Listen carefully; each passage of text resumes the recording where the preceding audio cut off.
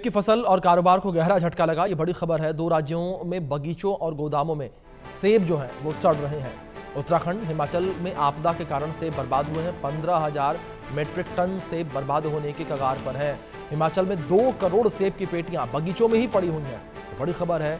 आप खुद अंदाजा लगाइए कि कितनी बड़ी मात्रा में सेब की फसल, जो किसान है उनको कितना नुकसान हुआ होगा।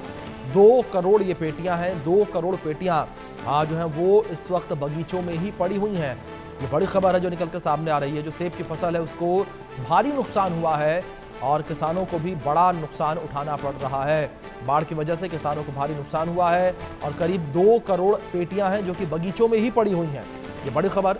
और जो सेब व्यापारी हैं, जो सेब के किसान हैं, उन्हें भी यहाँ बड़ा नुकसान हुआ है। जिस तरीके से उनके बगीचों में ही, उनके गोदामों में ही सेब की पेटियां सड़ रही हैं, सेब सड़ रहे हैं और करीब 2 करोड़ पेटियां ऐसी हैं जो कि बगीचों में ही पड़ी हुई हैं।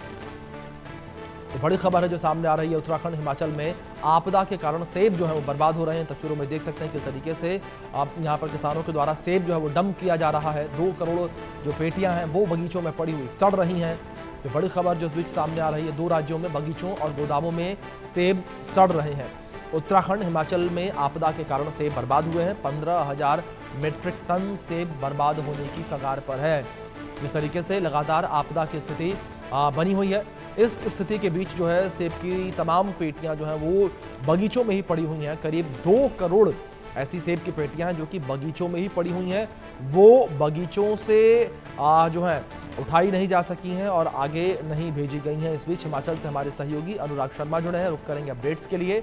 अनुराग, क्या इन्फॉर्मेशन इस पूरे मामले को लेकर, किस तरीके से जो सेब व्यापार है, जो सेब के किसान हैं, उनके ऊपर आपदा का असर देखने को मिला? बिल्कुल, देखिए जिस तरह से भारी बारिश और आपदा का ये समय चला हुआ है और यही एक मुख्य समय होता है जिस वक्त हिमाचल का सेब जो है वो पूरा का पूरा मंडियों तक पहुंचाने का काम होता है। कम से कम 10 लाख से अधिक पेटियां ऐसी हैं जो अभी भी बागवान की या तो पेड़ों पर फंसी हुई हैं या क्योंकि उनके पास अब जो है पेटियां भी नहीं पहुंच रही है। जो कॉरुगेटेड बॉक्स होते हैं वो भी अब उनके पास नहीं पहुंच पा रहा, इसलिए वो तुड़ान भी नहीं कर पा रहे, क्योंकि जिस तरह जैसे ही तुड़ान होगा वैसे ही उनको पेटियों में लादना पड़ेगा। बहुत सा ऐसा सेब है जो उनको सड़क पे अब जो है वो फेंकना पड़ रहा है, क्योंकि गाड़ियां जो है 7-7, 8-8 दिन से फंसी हुई हैं। तो कोई भी गाड़ी जो है वो आगे नहीं जा पा रही, तो वो सेब जो है वो केवल और केवल जूस या किसी और जो जैसे सिरका बनता है, केवल उसी के काम के लिए रह गया। परंतु जो पूरा का पूरा राजस्व जिसमें हिमाचल की पूरी आर्थिकी निर्भर करती है, वो वाला जो सेब है वो इस वक्त जो है फंसी होने के कगार पर है। कम से कम ज्यादा नहीं तो 10 लाख पेटियां जो है वो इस वक्त हिमाचल की फंसी हुई है। पूरा का पूरा नेटवर्क जो है वो बर्बाद हो चुका है, जिसमें रोड का जितना नेटवर्क है वो खराब है। अगर हम नेशनल हाईवेज को बहाल की बात करें कि नेशनल हाईवे अगर हमने 2-3 दिन या 5 दिन में ले भी आए रूटीन में, पर उसके बावजूद भी जो है जितनी भी जो संपर्क मार्ग हैं वो बंद पड़े हैं। उनको ठीक करने में तो कम से कम 6 महीने का समय लगेगा। उस वजह से जो परिवहन व्यवस्था जो है वो बाधित हुई है, उसकी वजह से कारोबारियों को भी बहुत नुकसान हो रहा है और उसी तरह से बागवान को भी बहुत नुकसान हो रहा है। जी अनुराग, दूसरी ओर जिस तरीके से लगातार किसानों को भारी नुकसान पहुंच रहा है, सरकार की तरफ से किस तरीके से किसानों को भी मदद की जा रही है? क्योंकि राहत और बचाव के काम को लेकर बात करें तो लगातार लोगों तक मदद पहुंचाई जा रही है, लेकिन बड़ी मात्रा में किसान जिस तरीके से यहां पर इफेक्टेड नजर आ रहे हैं बाढ़ की वजह से, जिस तरीके से आंकड़ा भी निकलकर सामने आया कि करीब 2 करोड़ ऐसी पेटियां हैं सेब की जो कि बगीचों में ही पड़ी हुई हैं। देखिए, वो केवल और केवल हिमाचल की बात नहीं है, वो 2 अलग अलग राज्यों की बात है।